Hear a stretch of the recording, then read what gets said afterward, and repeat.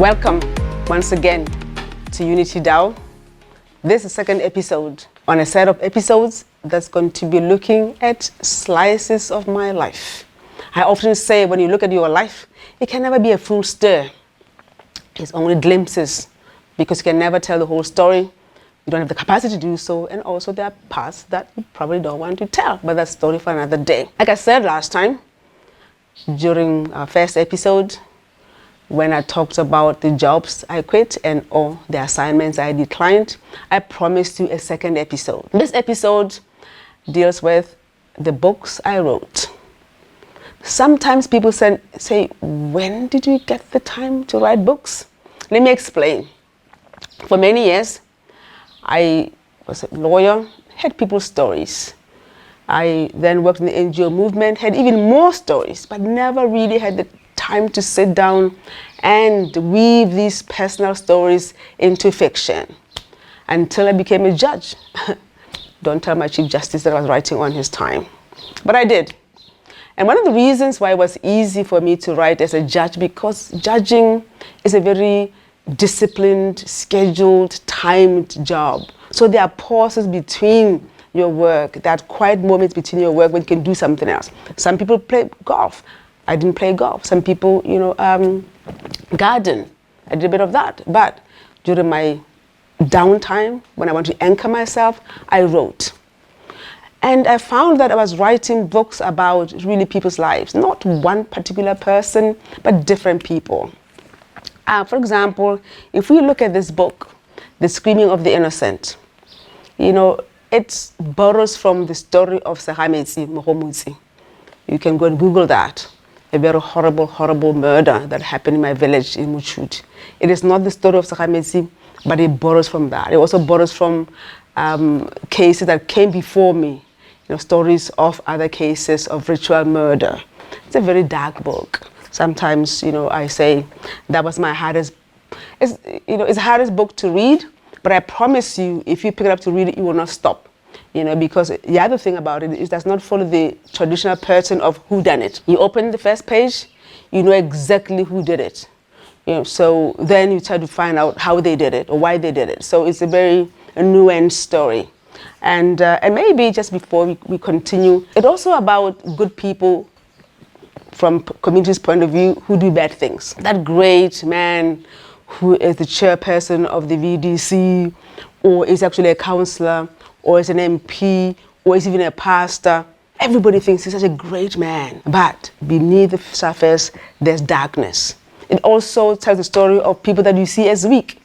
That young girl in school who you think doesn't have the power, but somehow is able to, do more than just what you expect from them. So let me just read a couple of lines from The Screaming of the Innocent. This book has been translated to various languages, to French, to Spanish, so if you are interested, all my books are available on Amazon. But let me just tell the story because just first page. He was by all accounts a good man. He'd been married to the same woman for 25 years, and there was no indication that he wanted out. He was 23 when he married his 20-year-old Rosina. Over the years, she'd evolved from being a slim young woman to being a matronly, mature woman. His friends envied her for her professionally braided hair. Each braiding cost around 250 pula, which was equivalent to the monthly wage of a housemaid. It describes a good man, but read the story and find out what this good man is doing. He bore her no malice. We're now talking about him targeting his victim. He simply wanted her, needed her. Surely in needing and wanting there's some affection, even if it's not quite love. And she was by all accounts available. He watched her as she laughed with her friends, throwing her head into the air, making flipping movements with her arms. She was telling her friends a funny story, imitating a bird perhaps. He did not wish to cause her pain, but pain was inevitable. Take your time, when of time, and The Screaming of the Innocent. My editor, at the time in Australia, this book was first published in Australia, was pregnant at the time when she was editing this book. And she actually said, I need to pause. I need to go and have my baby. I need some calm in my life. I can't continue this work. This work is just too dark. But on the other hand, I can't stop reading it. So there is the tension there. So one of the books that I wrote. But one of my favorite books, I guess, because a gentler book, I guess, Juggling Truths. Why do I love this book? Because I think for me, I wrote at a time when I was getting much aware the extent to which there are so many truths in this life. The truth of my grandmother, the truth of the education system, the truth of the Western civilization, so many truths. And as an African child, you have to constantly juggle these truths. Simply, do we have 4 seasons in Botswana? That's what the teachers teach you. You look outside, there are only 2 seasons. Only two seasons, a very short winter, a very long summer. But somehow, in an exam, you cannot say there are 2 seasons because that truth is your truth. But your truth is not necessarily the truth that's wanted at school.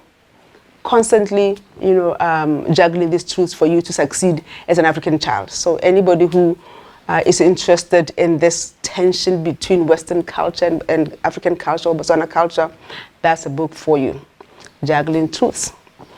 Another example I give in the book is about this man who's married to 3 women. Wow. The Ministry of Education just want to know Mr. and Mrs. who. There's no Mr. and Mrs. and Mrs. and Mrs. and Mrs. So clearly they don't fit into the truth of the received culture. But that's his truth every day. All those marriages are legitimate, they are legal, they're the customary law. But that truth somehow has to be buried because the truth of the West is much more important than the truth that you see around you. So really it's about that, how an African child has to constantly juggle that truth, to be able to survive in this world. Many truths you see there. So we think that it's more civilized to eat rice than to eat porridge. Both are grains, both grow, even one is more difficult to grow than the other. But somehow, one is much more civilized than the other.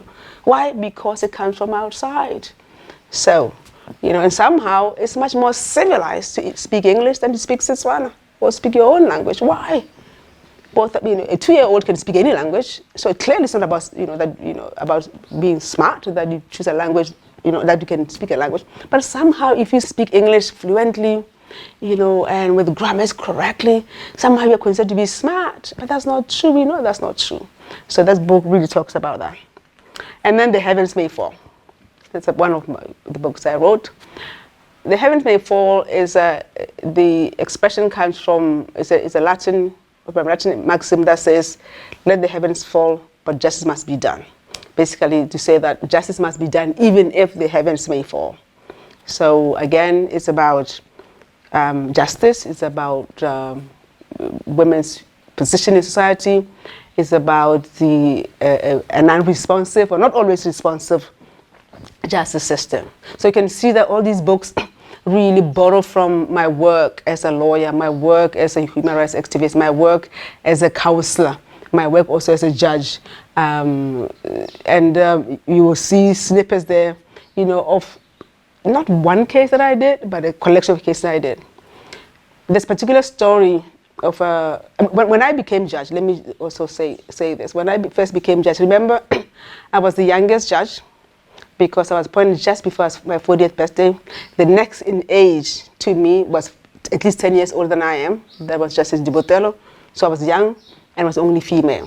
So I understand that before I came, there was a meeting as to, they never had a female guard, security officer at the court.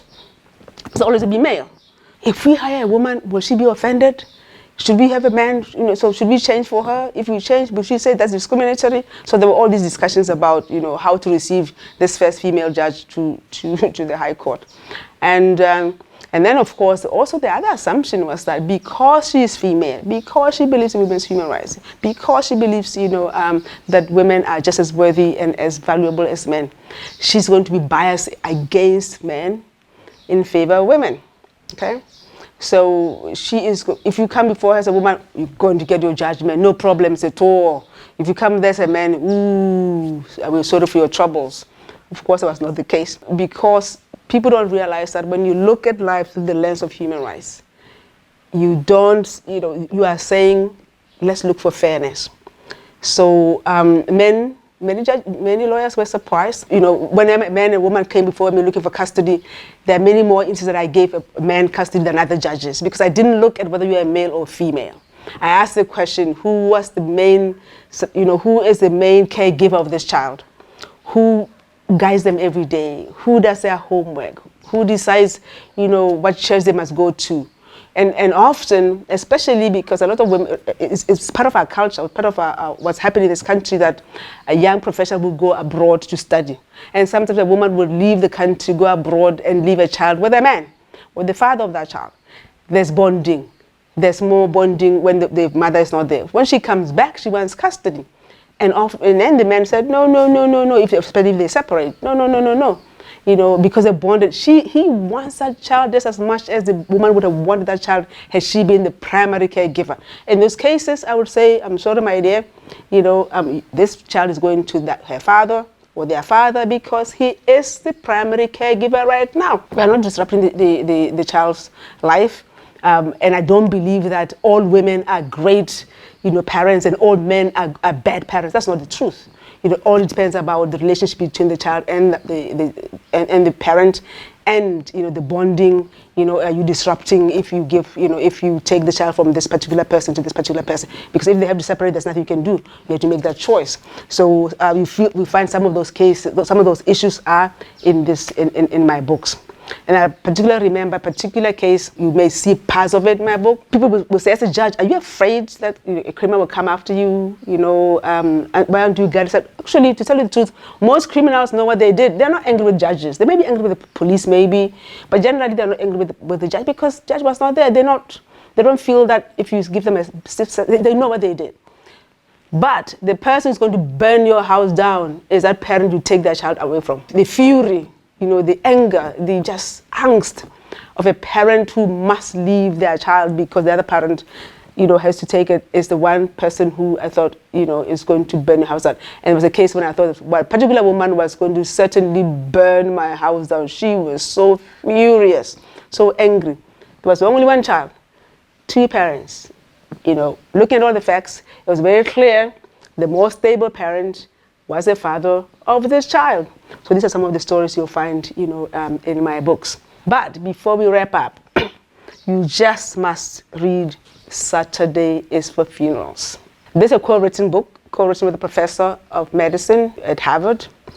This book tells the stories, the loves, the angst, the fears, the triumphs of people living with HIV/AIDS. It's stories of real people. Names have been changed. If you go back, sometimes we forget that before COVID, there was AIDS that swept through this nation, killing so many, leaving so many, orphaned. Really a tale of sadness. But of course, it's also the story of how a government responded to that pandemic, and also triumphed. I mean, the last story is the story of a young boy who came into my life before he was 20, but I was 18 at the time. And I did something, in collaboration with the Gaborone City Council that I don't know that they can do. I think I'm a good negotiator. I talk about this, people say, what, that happened? I decided this young person, desperate with 3 siblings, so I said, okay, to City Council, these children are entitled to food rations because they are HIV orphans. They're orphans. Doesn't matter whether they're HIV orphans or not, but they are orphans. And they were entitled to rations. So what they would do, they bring each one of them food parcel. So you actually have 4 food parcels. They don't need 4 food parcels. It's too much. So I said to the council, okay, let's have a deal. I will give them a house, one of my houses in Gaborone. Okay? And you will pay for their electricity, their water, and the food bill. Instead of buying them 4 bags of sorghum or palishi, let's look at their budget and say, what can we do with this budget so that they can actually be able to survive for every month? So it worked out fine, until the youngest graduates from high school. So I've offered them a house, and then the council offered them food and water and electricity and basic furniture. And today, that young man, for me, is one of the greatest successes. He's a great writer, a great organizer. He is just, and because, the system responded in a special way in his support, because then he was the oldest of the four, yeah. And so he was really the caregiver, of his siblings. So I give this example because it's one of the stories in here. The other stories, that you may find also interesting. This is the end of this episode of Unity Dao Hair Life. Let's meet again next week and let's see what we'll be talking about. Again, a look at your life is never a full stir. It is never a full cake. It's slices, it's nuggets. It's never the full story, because nobody can really tell a full story about any life. Let's hope you're interested. See you next week. We'll talk about another episode. That will be the third episode of Unity Dao Hair Life. I thank you.